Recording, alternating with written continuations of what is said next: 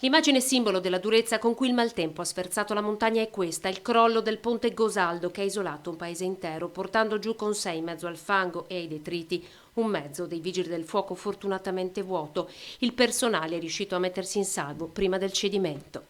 In mattinata erano già isolati i comuni di Cibiana e Misurina, una parte della Val di Zoldo bloccata per una grande frana a mezzo canale, altre frane vicino al ponte verso Venasse. 800 le famiglie rimaste per ore senza luce elettrica tra Casion, Sopracorda ed Antole. Allerta massima sul Nevigal.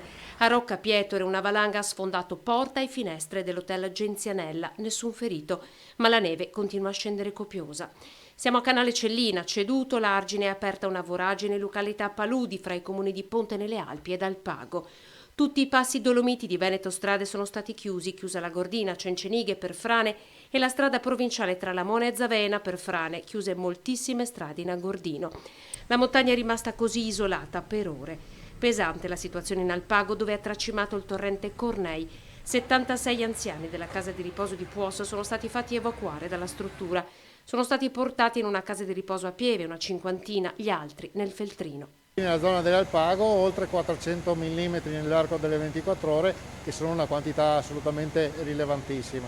Questo ha messo in crisi i corsi d'acqua, per esempio il corso d'acqua che è esondato e che ha allagato il centro dell'abitato di Puos e anche la casa di riposo, il sito in cui siamo adesso, rendendo assolutamente inutilizzabile tutto il piano terra e mandando in crisi i locali tecnici. A Belluno alle 6 del mattino il ponte sul Piave è stato chiuso, paurosa la portata dell'acqua. La situazione è raccontata minuto per minuto dal sindaco Jacopo Massaro.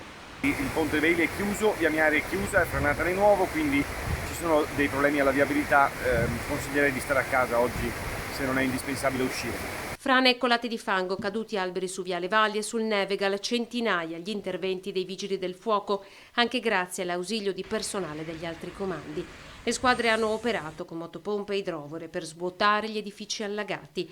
Cortina non è stata raggiungibile per buona parte della giornata, eppure il maltempo non ha fermato chi voleva raggiungere la Regina delle Dolomiti da Auronzo, scendendo per Pieve di Cadore.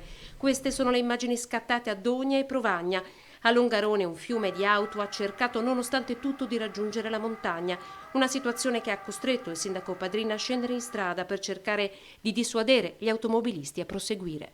Io questa mattina sono stato proprio a Longarone, nel mio comune, in quella zona Maicon dove adesso è stata, diciamo così, spostata la 51 delle Magna.